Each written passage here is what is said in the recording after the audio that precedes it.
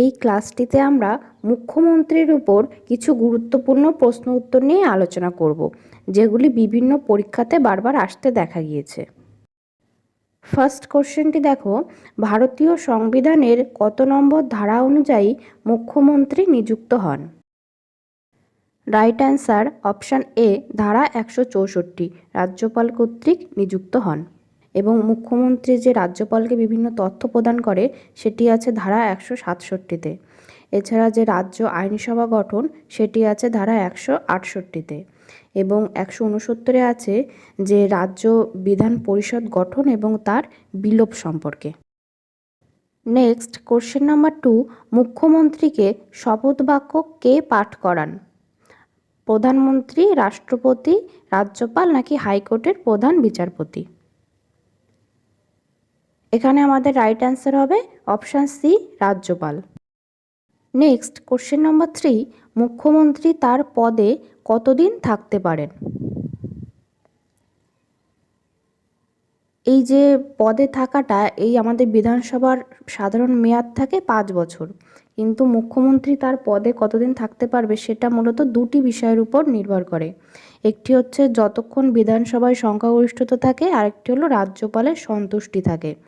তবে আমরা বাস্তবে যদি দেখি তাহলে এর অর্থ অ্যাকচুয়ালি হচ্ছে বা উনি যতদিন সংখ্যাগরিষ্ঠতা দেখাতে পারবেন, আর সংখ্যাগরিষ্ঠতা দেখাতে পারলে, তার প্রমাণ দেখাতে পারলে রাজ্যপাল তাকে পদচ্যুত করতে পারে না।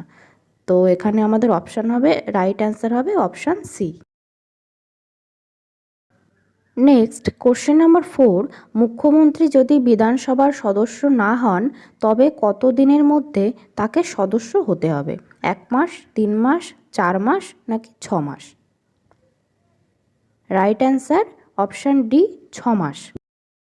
নেক্সট কোশ্চেন, রাজ্যের প্রকৃত শাসন ক্ষমতা কার হাতে ন্যস্ত থাকে? প্রধানমন্ত্রী, মুখ্যমন্ত্রী, রাষ্ট্রপতি নাকি রাজ্যপাল? রাইট অ্যান্সার মুখ্যমন্ত্রী, অপশান বি। পরের কোশ্চেন, রাজ্যপাল ও মন্ত্রী পরিষদের মধ্যে সংযোগ রক্ষাকারী কে? অপশান এ, স্পিকার, বি, মুখ্যমন্ত্রী, সি, প্রধান সচিব, ডি, রাজ্য সচিব। এখানে আমাদের সঠিক উত্তরটি হবে অপশান বি, মুখ্যমন্ত্রী।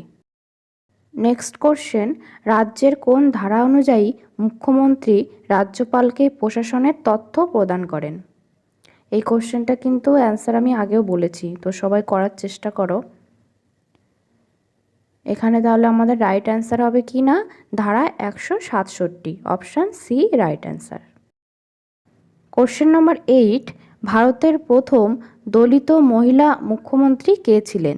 Option A, Padmaja Naidu, B, Draupadi Murmu, C, Mayawati, D, Sucheta Kripalani.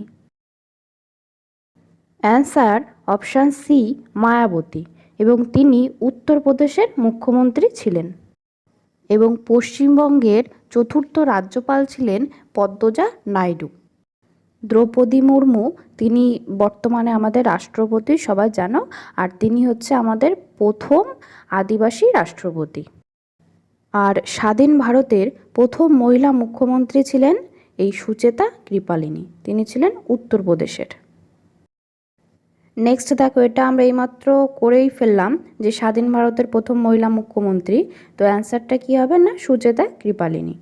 আর ইন্দিরা গান্ধী হচ্ছে আমাদের ভারতের প্রথম মহিলা প্রধানমন্ত্রী, এবং আমাদের ভারতের প্রথম মহিলা রাজ্যপাল তিনি হচ্ছেন সরোজিনী নাইডু, তিনি ছিলেন উত্তরপ্রদেশের। কোশ্চেন নাম্বার 10, রাজ্যের পরিকল্পনা বোর্ডের চেয়ারম্যান কে হন? রাজ্যপাল, মুখ্য সচিব, অর্থমন্ত্রী নাকি মুখ্যমন্ত্রী? রাইট অ্যান্সার অপশান ডি, মুখ্যমন্ত্রী। নেক্সট কোশ্চেন নম্বর 11, মুখ্যমন্ত্রী পদত্যাগ করলে পুরো মন্ত্রী পরিষদ কি পদত্যাগ করে? তো এখানে দেখো আমাদের রাইট অ্যান্সার হবে অপশান এ, পদত্যাগ করবে। কোশ্চেন নাম্বার 12, আর এটাই আজকের আমাদের লাস্ট কোশ্চেন। দেখো বলেছে রাজ্যের সাংবিধানিক প্রধানকে? অপশান এ, মুখ্যমন্ত্রী, বি, রাজ্যপাল, সি, মুখ্য সচিব, ডি, হাইকোর্টের প্রধান বিচারপতি। রাইট অ্যান্সার অপশান বি, রাজ্যপাল। এই ধরনের আরও অনেক গুরুত্বপূর্ণ ক্লাস অলরেডি আমি তোমাদের জন্য প্রোভাইড করেছি এই চ্যানেলে। তোমরা যারা দেখোনি অবশ্যই প্লেলিস্ট থেকে দেখে নেবে।